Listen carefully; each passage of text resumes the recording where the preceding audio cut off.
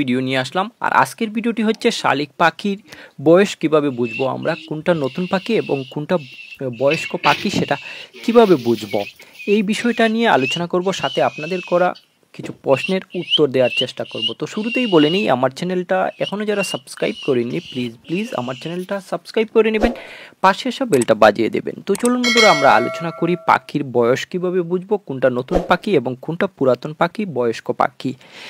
এই যে আমার হাতে একটা পাখি দেখতে পাচ্ছেন, এই পাখিটা বয়স প্রায় 2 বছর হয়ে গিয়েছে। আর এই 2 বছর বয়স হয়ে গিয়েছে, এটা কিভাবে বুঝবেন? প্রথমত পাখির চোখ দেখে বুঝতে হবে যে পাখির চোখ যদি হলুদ হয়ে যায় তাহলে বুঝতে হবে ওটা বয়স্ক পাখি, ওটা এডাল পাখি, ওটার অনেক বয়স হয়ে গিয়েছে। তারপর আমরা যেটা দেখে বুঝতে পারবো যে পাখির বয়স বেশি, পাখির নতুন পাখিগুলোর পা মসৃণ থাকবে, আর পুরাতন পাখিগুলো অর্থাৎ বয়স্ক পাখিগুলোর পা কসকসে থাকবে, মসৃণ দেখাবে না। তাছাড়া আমরা আরও একটা বিষয় লক্ষ্য করতে পারি যে পুরাতন পাখিগুলো অর্থাৎ বয়স্ক পাখিগুলোর জুটির নিচ বলতে আমরা যেটা বোঝাতে চাই যে শালিক পাখির মাথার মধ্যে যে জুটি থাকে সেই জুটি বরাবর নিচের অংশ অর্থাৎ টুটের যে অংশটা থাকে সেই অংশটা কালো হয়ে যায়। কখনো কখনো বোঝা যায় এটা দেখে যে পাখি যদি কোনো কারণে হা করে, গরমে বা এমনিতে দৌড়ে যদি হা করান তাহলে মুখের ভিতরটা কালো হয়ে যায় বয়স্ক পাখিগুলোর।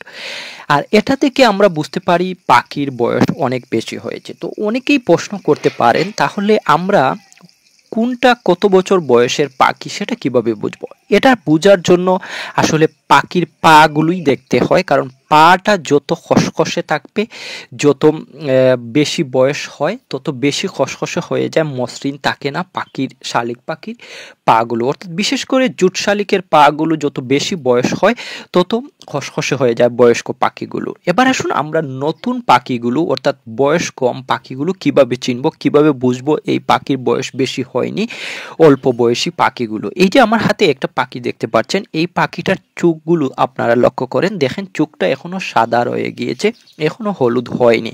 আর এই পাখিটার চোখ হলুদ হতে হলে অন্তত পক্ষে 8 থেকে 9 মাস সময় লাগবে। কখনো কখনো দেখা যায় কোনো পাখির চোখ হলুদ হয় 1 বছর সময় লাগে, একটা বছর সময় লাগে, অর্থাৎ 12 মাস সময় লাগে কোনো কোনো পাখির চোখ হলুদ হতে।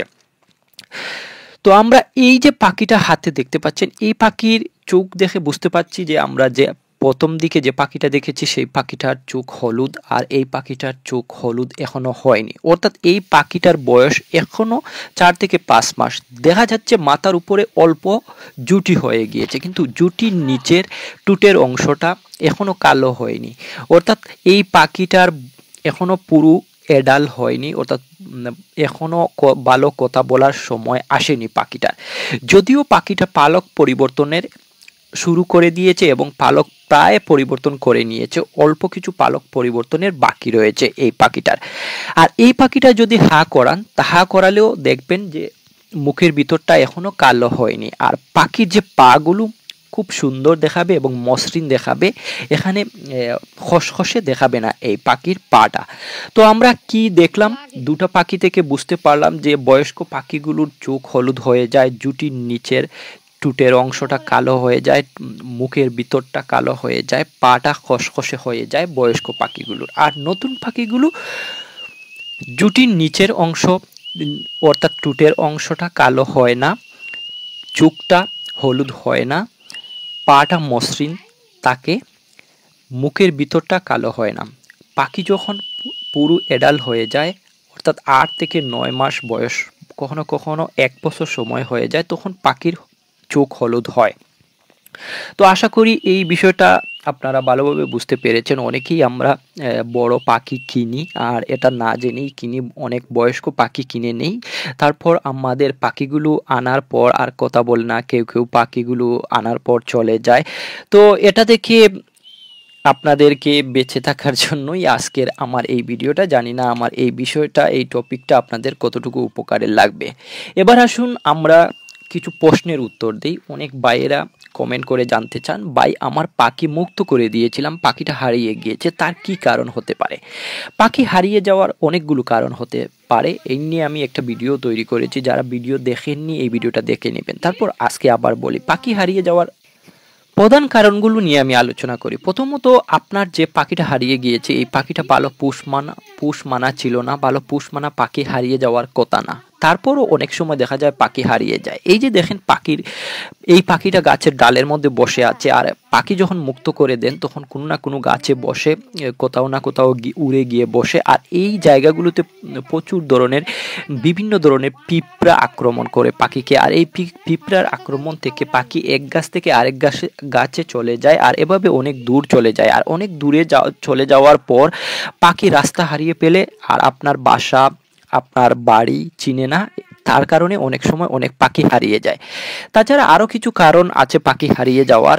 দেখা যায় অনেক সময় আমরা অনেক লম্বা টাইম পাখিকে মুক্ত করে রেখে দিই, আর লম্বা টাইম মুক্ত থাকার পর পাখি এক জায়গা থেকে অন্য জায়গায়, এক গাছ থেকে অন্য জায়গায় যেতে যেতে কখনো কখনো বন্য পাখিগুলোকে আক্রমণ করে, আর এটার বয়ে পাখি অনেক দূরে চলে যায়। আর এই দূরে চলে যাওয়ার কারণে পাখি আর আপনার বাড়ি চিনে না, আপনার বাসা চিনে না, আর তার জন্য আপনার পাখি আর খুঁজে পান না। তো আমরা যারা পাখি মুক্ত করব, পাখির পাশে পাশে থাকবো, কিছুক্ষণ মুক্ত করে আবার পাখিটা আমাদের খাঁচায়, অর্থাৎ পাখির খাঁচায় নিয়ে আসব। আরও একজন ভিউয়ার কমেন্ট করে জানতে চেয়েছেন, ভাই আমার পাখি অসুস্থ, আমি ওষুধ পরিমাপ কিভাবে করব? আসলে আপনি একটা ভিডিওতে বলেছেন এই ঔষধ পরিমাপ এভাবে করবেন, কিন্তু আমি ভালোভাবে বুঝিনি। আসলে ভাই আমি চেষ্টা করি আপনাদের বুঝিয়ে বলার, তারপর আপনারা যারা বুঝেননি, অনেকেই দেখেছি আমি ইন্ডিয়া থেকে কমেন্ট করছেন, আপনাদের হিন্দি কথাগুলো আমি পুরোপুরি না বুঝলেও অল্প একটু বুঝি। তো আপনারা ঔষধ পরিমাপ কিভাবে করবেন? আমরা মানুষের যে ঔষধগুলো খাই, অর্থাৎ লিকুইড ঔষধগুলো খাই, এই লিকুইড ঔষধের সাথে একটা কৌটা দেয় ঔষধ পরিমাপের জন্য। কখনো কখনো একটা চামচ, কখনো কখনো একটা প্লাস্টিক কৌটা দেয়। আর এই চামচ এবং প্লাস্টিক কৌটার মধ্যে ইমেইলগুলো লেখা আছে। আর ঔষধ পরিমাপ, লিকুইড ঔষধ পরিমাপের ক্ষেত্রে এই কৌটাগুলো ব্যবহার করলে সহজে ঔষধ পরিমাপ করতে পারবেন। অথবা ইঞ্জেকশনের সিরিনের মধ্যেও লেখা থাকে, পাখিকে এই ইঞ্জেকশনের সিরিন দিয়েও ওষুধ পরিমাপ করতে পারেন। 1 লিটার 1 ml যদি লেখা থাকে, তাহলে এই 1 ml ইঞ্জেকশনের সিরিন দিয়েও মেপে নিতে পারেন। আর পাউডার জাতীয় ঔষধগুলো 1 চা চামচ সমান 5 গ্রাম হয়, এরকম পরিমাপ করে 1 গ্রাম ওষুধ 1 লিটার পানির ক্ষেত্রে ব্যবহার করবেন। আর একজন ভিউয়ার কমেন্ট করে জানতে চেয়েছেন, ভাই আমার পাখির বয়স 3.5 থেকে 4 মাস বয়স, পাখি একা একা কি যেন বলে, এটা কি পাখির কথা বলার সময় বা কথা শেখানোর সময়? হ্যাঁ ভাই, এটাই কথা বলার শেখানোর সময়। আর এই সময়টাতে পাখি পালক পরিবর্তন শুরু করে, অল্প অল্প করে পালক পরিবর্তন শুরু করে। আর এই সময়টাতে পাখি একা একা কথা বলার চেষ্টা করে। এই সময়টাতে পাখির সামনে বেশি বেশি কথা বলবেন, পাখিকে বেশি বেশি সময় দিবেন, পাখি ভালো কথা বলবে।